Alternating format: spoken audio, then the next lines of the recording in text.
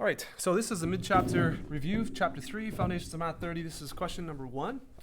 And again, what we're reviewing is just basic details concerning the set theory, Venn diagrams, and understanding and using Venn diagrams. So this is question number 1, your mid-chapter review, page 178, here in Foundations of Math 12 by Nelson. So it gives you this Venn diagram, and it says Lucy drew the following Venn diagram.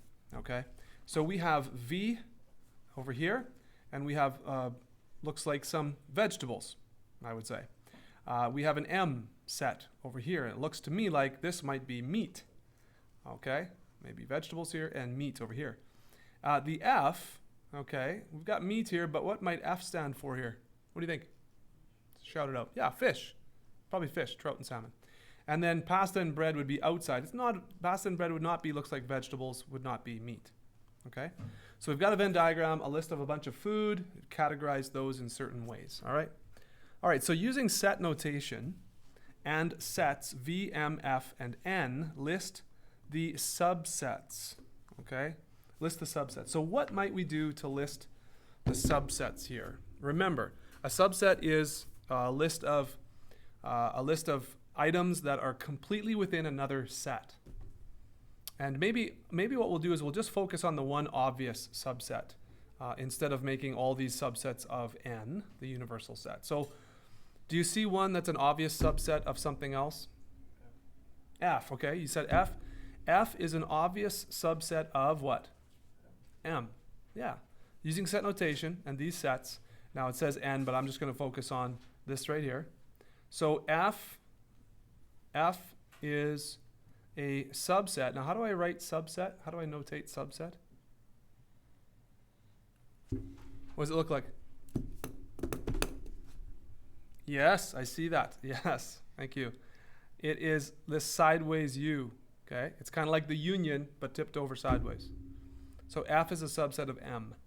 Now, if we were writing the other ones here, which is what the question actually asks for, which I guess I could do, but I just wanted to focus on so you can see this is a subset for sure.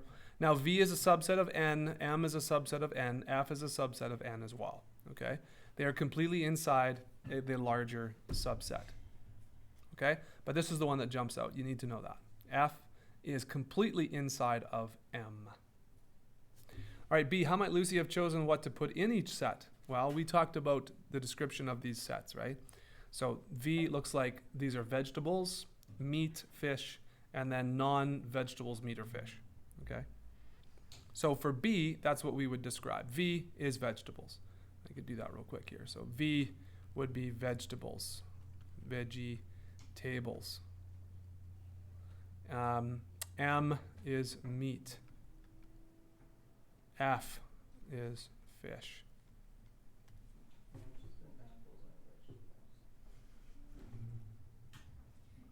Oranges, and I guess there's apples and oranges in there too.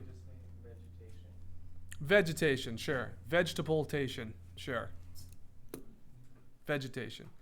Growing from a plant or a tree. Yes, you're correct. Apples and oranges would be fruit, citruses. So vegetables or vegetation. I like that one too. All right. Is M prime equal to V? Okay, so M prime. Now that's the complement of M. Remember, M prime means everything that is not inside M. So if you cover this all up, is everything that is not in M, is that equal to V? Yes or no? The answer is no, because V is equal to these here, the vegetabilizations. And we also have pasta and bread that is M prime. Okay, that's the complement, which are not equal to V. So it's no, all right, because there are other foods that are not in V that are also in M prime.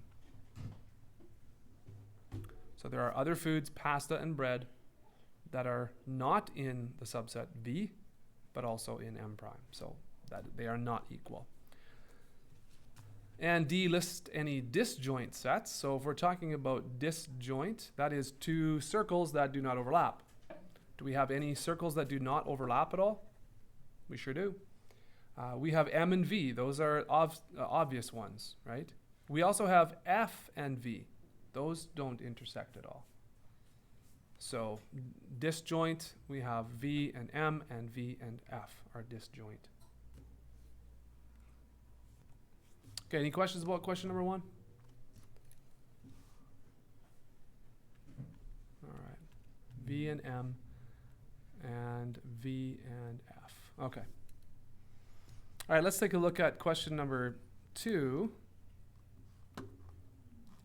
Question number 2 says this: draw a Venn diagram to show the universal set U, natural numbers from 1 to 40, E multiples of 3, F multiples of 15, and S multiples of 9. Okay?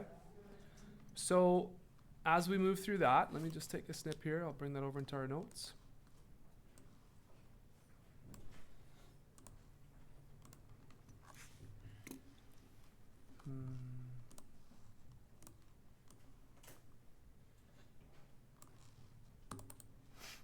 Okay, so a Venn diagram with the natural numbers from 1 to 40. Okay, so this is going to be a a larger Venn diagram with lots of numbers in there. That's okay. So U has to have 1 to 40 in there. We also have subsets E, okay, which are multiples of 3. So I'll make an E circle. An F. Sorry, what? Oh, it's frozen for you? Really? That's no good. There you go. F, thank you for letting me know, is multiples of 15. Okay. So are we going to have, are E and F going to overlap? Okay. So is there a number that is a multiple of 3 that's also a multiple of 15? Yeah, it should be. Okay. 15 is a multiple of 15, and it's a multiple of 3 too. So 15 goes in there for sure. What about multiples of 9? Okay, so S is multiples of 9. Now, if you don't know, it's okay if you don't know if they should overlap. You can still draw them if they overlap like this. Okay, so you can still do that. That's no problem. We should leave some room on the outside, though, for numbers that possibly might not go in any one of these circles. So how I would suggest you do this, you don't have to do it this way. But I would suggest maybe running through all the numbers 1 to 40 just in a row. So number 1, is that going to be in any one of these subsets here of U? 1. I don't think so. What about 2? Is that a multiple of any one of these 3, or should that be on the outside as well? 2 is going to be on the outside as well. So 3 is a multiple of 3. Now if you don't know what multiples are, okay, so the multiples of 3 would be 3, 6, 9, 12, 15, 18, and so on. So it's just, it's times 1, times 2, times 3, times 4, that list. And so it's the same thing for 9 and for 15. So 9, 18, and so on. Okay, 27, 36, and so on. 15, 15, 30. Now, we're going up to 40, right? So there's not too many multiples of 15. There's only a couple. All right, so we're at 3. What about 4? Nope, 4 is over here. What about 5? 5 is not a multiple of 15, it's a factor. That's different though. So I think we got to put 5 out there. Okay, so you kind of get in the picture. 6 is a multiple of 3. That's a multiple of 3. Okay, that's on the list right here. 7 outside here. 8 out here. 9. Okay, so 9 is a multiple of 3 and a multiple of 9. So 9 has to go here. Okay, it's got to overlap the 2 circles, doesn't it? So you can kind of see where we're going here. 10, 10 is out here, not a multiple of any of those. 11, it's also out here somewhere. 12, okay. 12 is a multiple of 3.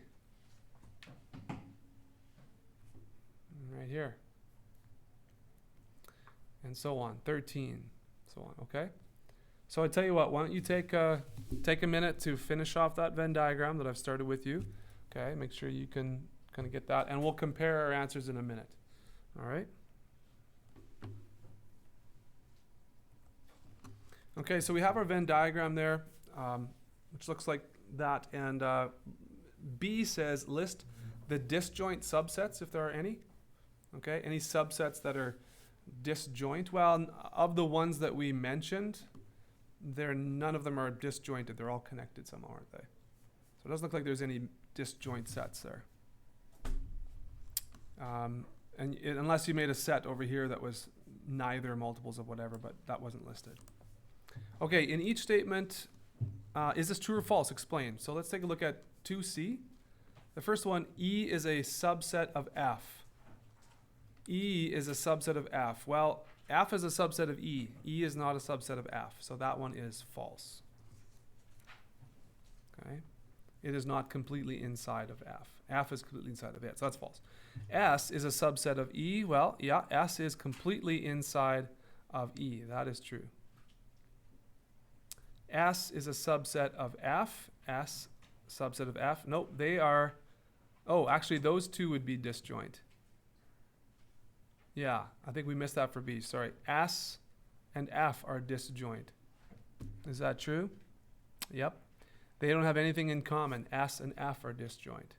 Okay. S and F there. So is S a subset of F? Nope.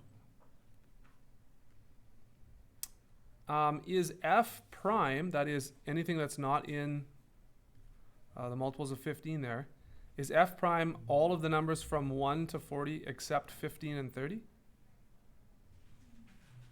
Looks like it is. All of these numbers out here except for 15 and 30. And that's true.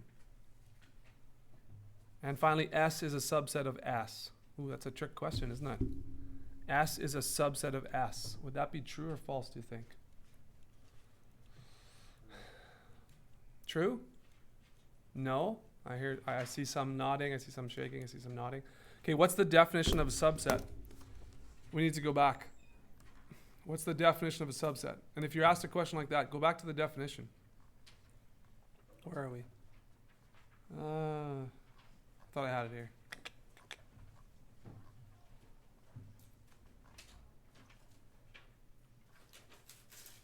Subset. Oh, I thought I had that union. Union.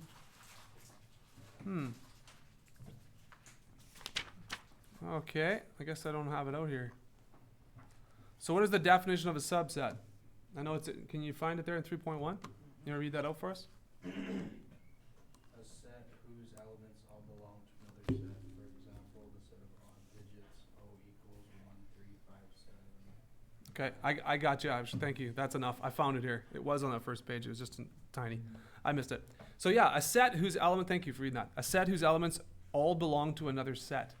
So a set whose elements, all of them belong to another set. Doesn't say another separate set even. So I guess by definition, yeah, S can be a subset of S because everything in S belongs to S. Yeah, so technically that is true. Sorry, let me get back to where I was working here. Okay, I missed it. There we go. S is a subset of S, that's true. Okay.